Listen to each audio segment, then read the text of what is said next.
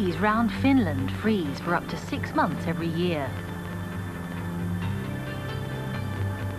Without icebreakers to clear the fairways for cargo ships, trade would come to a halt each winter.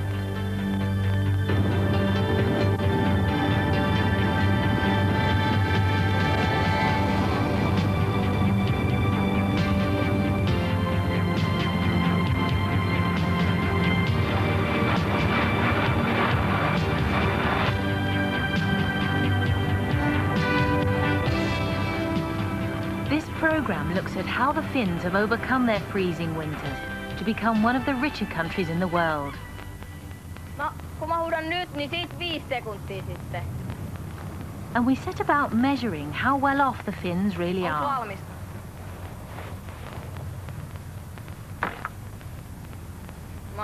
I'm Toni Jääskeläinen. I'm 13 years old and I live in Helsinki. In my family, there's my sister, Janita, a cat, and a dog. And the dog's Heli. Then there's my mum, Tula. She owns a cleaning firm.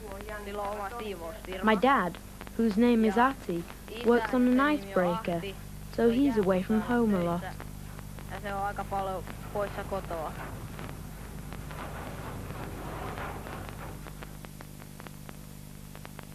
Finland is a country in the far north of Europe. It covers a large area, but has a small population. The seas round it freeze up in winter. The climate's warmer in the south, so the seas thaw 6 weeks earlier there. All the large towns and most of the people are in the milder southern part of the country. Helsinki, where Toni lives, is the capital. 50 years ago, children in Finland didn't lead comfortable lives like Toni. For one thing, it was a very poor country. For another, it was at war. In 1939, Russia attacked the small Finnish nation. Camouflaged in white, the Finns fought back. The cold was bitter, but they knew their forests well. Thousands of Russians died. They were badly equipped for the Finnish winter. But the Finns suffered too.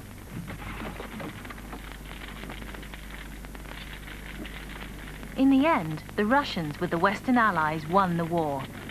Russia offered Finland peace and independence, but only if the Finns paid them damages.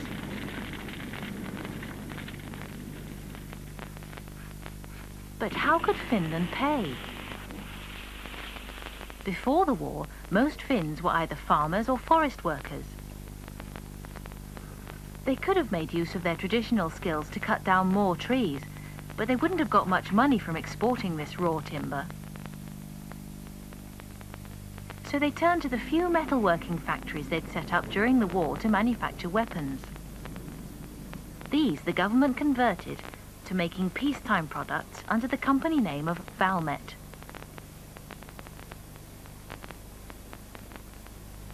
The cannon factory was transformed to make machinery for making paper.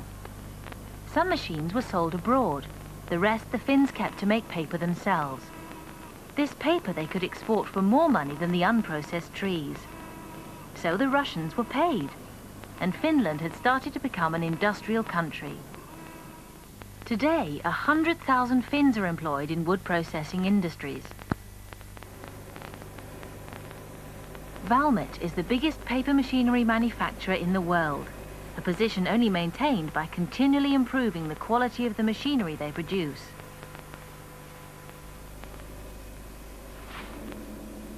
Paper is being made faster and thinner and wider than ever before. But the faster the reels turn, the more likely the paper is to snap.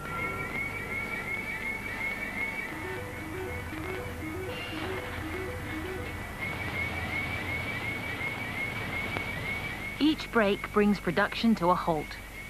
Over 1,000 pounds is wasted every time it happens, and there can be several breaks a day.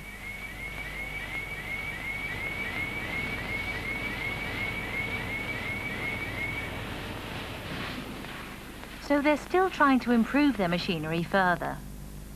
That's the job of Markku Kutsinen. I visited a paper mill a couple of days ago, and I noticed a problem with the paper reels which made the paper web break. It seemed to be caused by an air pocket which developed at one end of the reel. How big was the air pocket? It was about 40 centimeters altogether, and when it went through the nip, the point where the reels touch, it made the paper web break. Marco's mission is to redesign the surfaces of the reels so the air can escape. There's an infinite variety of grooves.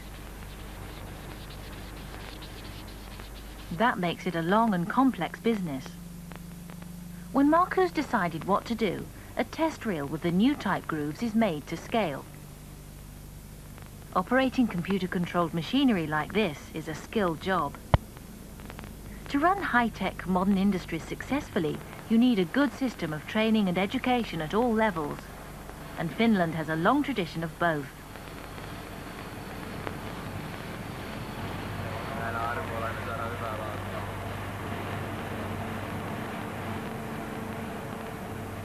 Marco is testing the new reel to see when it'll break.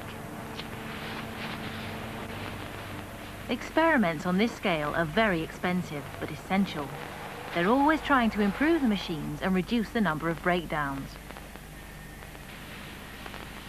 Research like this has made Finnish paper factories some of the most sophisticated in the world, and Valmet the world's leading maker of paper-making machinery.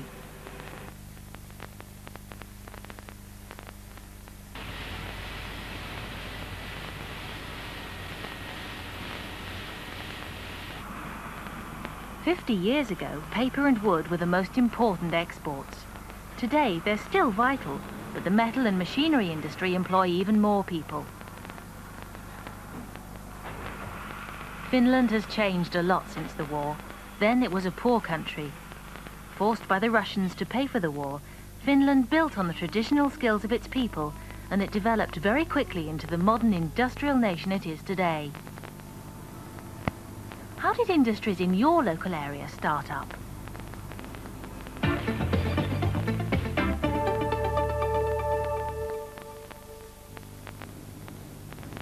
Finland depends on being able to export products all year round. Good morning. Yes, good morning, sir. We are just finished the assistance of Otso, and we are heading now for a little bit open water. Yeah, you can proceed about 2.5 miles and you can take about 70 degrees. Cargo ships can't sail through ice like this without assistance.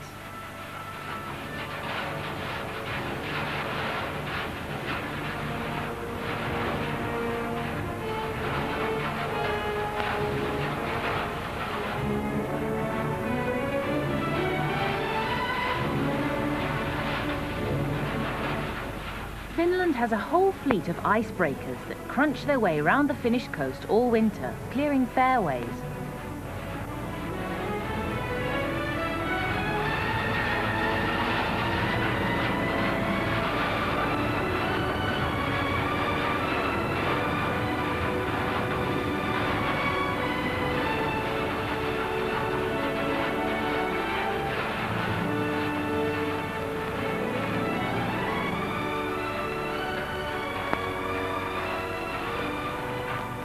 But icebreakers don't operate on their own. On the eastern side. Okay, thank you very much. They rely on help from thousands of miles away. Here in Helsinki, the navigation board receives satellite information. Jauni Vainio uses this to draw an ice chart. Well, at the moment, I'm drawing the boundary between the ice and the water and marking different kinds of ice with different symbols. Because the weather is clear at the moment, I can easily see where the edge of the ice is. He can see this because the satellite image shows different ground temperatures in different colors. The white line shows the coast. The black areas are either ice or snow. They're the same color because they're the same temperature. Green is ice too. And the open water appears dark blue. He can only guess what's happening underneath the cloud.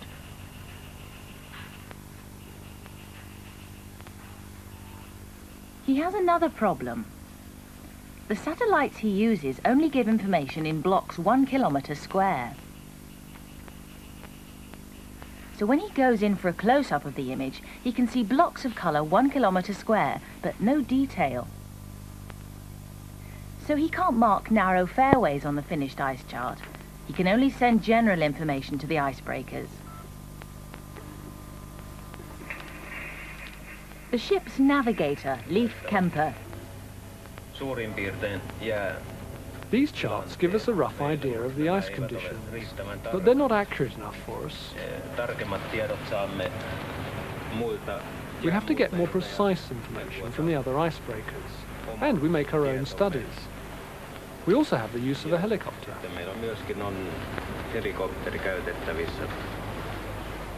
You can spot a lot from the air, but making observations is not enough. You have to know where you were when you made them before you can mark them on a chart. And that's what this computerized radar system does. It shows the ship's position, its speed and direction. It also detects other ships in the area and calculates what course they're taking and how fast they're travelling. The navigator cross-checks their position and direction all the time. And despite the electronic wizardry, he still uses divider, pencils and a traditional compass to make sure every move, every observation is logged meticulously. If he makes a mistake, people's lives could be in danger. The crews on the cargo vessels, as well as the 40 people who work on the icebreaker. Few people work on the bridge, though. Most work on the lower decks, like Arti Jaskalainen, Tony's father. Here on board ship, the electrician's job is much more varied than on land. My job includes 10 days on duty in the control room. There are all kinds of couplings. Engines are coupled or switched into the system as they are needed. For instance, when the ice is very heavy and we need extra power. It's not an uncomfortable life on board, but he only gets home 10 days a month. Well, the worst thing is that the children have to be apart from their fathers so much of the time. The wife has to take over more as head of the family while the husband is away.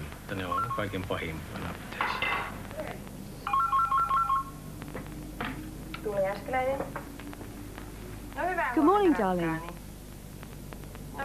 Thanks, I'm well. We just come back from the cottage and the weather was very nice. That's fine. How are the children?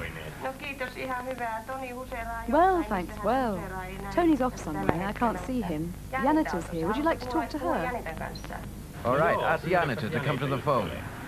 Okay, I'll call her. It's Dad. Moi. No hei Janita, mitäs sulle kuuluu? Life in Finland has changed radically in the last 50 years. Now it's preparing to join the European community. No one knows if it can remain competitive with countries which don't have to battle with an environment as harsh as this.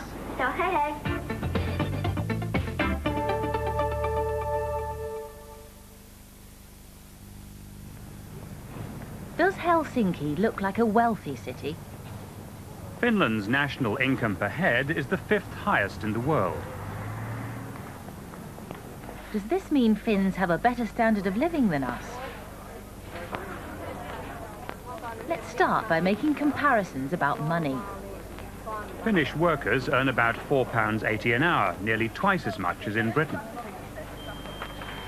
But Tony has to pay £3 for his Big Mac. That's nearly twice as much as in Britain. The Finns may earn more than us, but prices are higher. Even so, Finns can buy a lot. They do own lots of consumer durables, things like cars, fridges and cameras. No on valmista. Silleen ilmavaatti nytte. Okei. Nyt! But there's more to life than possessions.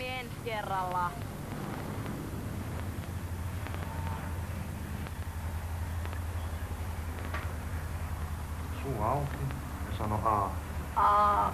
No ainakin, et saa silloin You can always get help when you need it in Finland. For example, you can always go to the health clinic, which is nearby. The services work.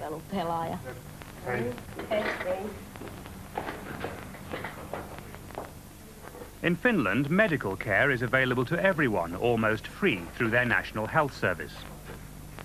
But can you measure how good that care is? Päivää, Timo Espo, istukaa vaan. Ja teillä oli niin kuin 5 kuukautista tarkastus. Finland has one of the lowest infant mortality rates in the world. That means the number of babies that die before they're a year old is very low. Joo.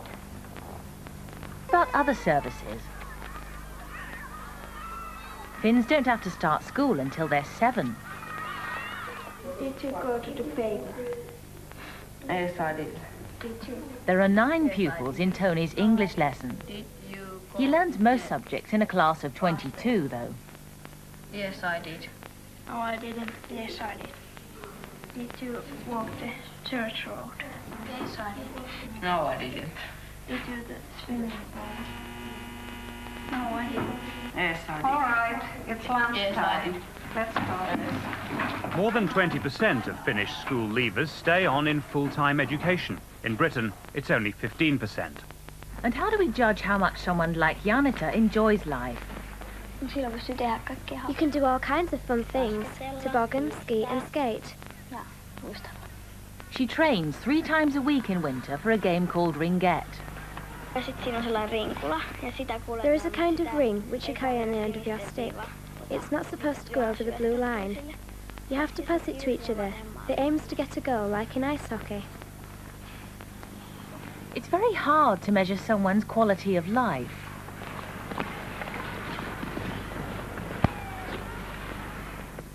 But you can work out how much time they spend enjoying themselves.